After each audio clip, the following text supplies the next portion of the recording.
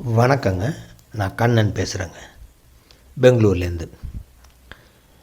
இப்போ ஒரு ஜாதகம் வந்தால் அவங்களுக்கு என்ன நடந்துக்கிட்டு அவங்க ஏன் ஜாதகம் பார்க்க வந்திருக்காங்க அப்படிங்கிறத அவங்கக்கிட்ட கேட்காம அவங்களோட ஜாதகத்தை வச்சு தசாபுத்தி நடத்துகிற கிரகங்களை வச்சு எப்படி அவங்களுக்கு அந்த பலன் சொல்கிறது, உங்களுக்கு இதாங்க பிரச்சனை அப்படின்னு எப்படி சொல்கிறது அப்படின்னு இப்போ ஒரு ஜாதகத்தை வச்சு பார்ப்போங்க.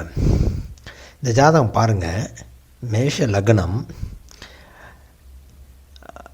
சந்திரன் மகரத்தில், அதாவது மகர ராசி, மேஷ லக்னம். அப்போ லக்னத்துக்கு 10ல் சந்திரன் இருக்கா, சந்திரன்கிறத மனசு.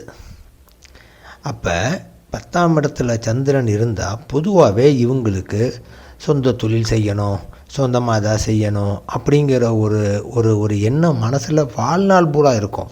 அதெல்லாம் சொந்த தொழில் செய்யணுங்க, சொந்தமாக செய்யணுங்க அப்படின்னு ஒரு எண்ணம் இருந்துக்கிட்டே உங்களுக்கு இருக்கும். இவருக்கு இப்போ நடக்கிற திசை என்னென்னா, சனி திசையில் கேதுவோட புத்தி. இந்த சனி சாதாரணமாகவே அவர் இந்த கர்மக்காரகன் அப்படிங்கிறதுனால ஒரு சொந்த தொழில் செய்கிற ஒரு ஆசையும் கொடுப்பாரு. இந்த லக்னத்துக்கு 10ஆம் இடம் அப்படிங்கிறதுனால இவரை சொந்த தொழில் செய்ய வச்சிட்டாரு. இவர் சொந்தமாக ஏதோ ஒரு தொழில் ஒன்று செஞ்சுருக்காரு. இப்போ கேது புத்தி அப்படிங்கிறது அவிட்டத்தில் இருக்குது. இவர் தொழில் இப்போ கண்டிப்பாக ஒரு பிரச்சனையில் இருக்கும். ஏங்க நீங்கள் ஏதாவது தொழில்களில் பற்றி கேட்குறீங்களான்னதுக்கு ஆமாங்க தொழில் சம்மந்தமாக கேட்கணுன்னாரு. தொழில் ரொம்ப கஷ்டத்தில் இருக்குமேங்க, நீங்கள் இழுத்து மூற நிலையில் இருக்கா, விட்டுட்டு வந்துடலான்னு இருக்கீங்களா, எப்படி என்ன வேணுங்க அப்படின்னதுக்கு, அவங்க சனி திசை ஆரம்பித்தப்போ சொந்தமாக தொழிலை தொடங்கினேன், நானும் என் ஃப்ரெண்டும் சேர்ந்து ஆரம்பித்தோம். இப்போ 2-3 வருஷம் கழித்து கணக்கு பார்த்தா கிட்டத்தட்ட எங்களுக்கு அது நஷ்டத்தில் போய் நிற்கிதுங்க. இப்போ அந்த தொடர்ந்து தொழிலை செய்யலாமா வேண்டாமா அப்படின்னு கேட்டார். பாருங்கள், சனி திசையில் இவரை தொழில் தொடங்க வச்சிருச்சு. ஆனால் கேதுவோட புத்தி, கேது லக்னத்துக்கு பாதகம்.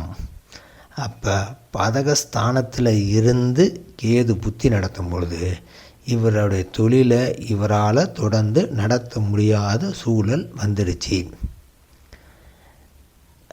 அவருக்கு என்ன சொன்ன அப்படின்னா, நீங்கள் தொழில் செய்யக்கூடாது, குறிப்பாக அந்த சனியினுடைய திசையில் தொழில் செய்கிறத தவிர்த்துருங்கள். அடுத்து அவர் இன்னொரு நண்பரோட சேர்ந்து செஞ்சேன்னாரு. நண்பர்னு சொன்னாலும் லக்னத்துக்கு 11ஆம் இடம், அது பாதகம்.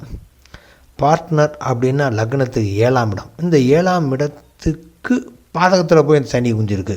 அப்போ ஒரு பார்ட்னர்ஷிப் பண்ணியும் தொழில் செய்யக்கூடாது. அப்படிங்கிறப்ப இவர் பார்ட்னர்ஷிப் போட்டு தொழில் செஞ்சு கேதுவோட புத்தியில் கிட்டத்தட்ட காசு நஷ்டமாகி தொழிலில் மூடலாமா அப்படிங்கிற நிலையில் இருக்கார்.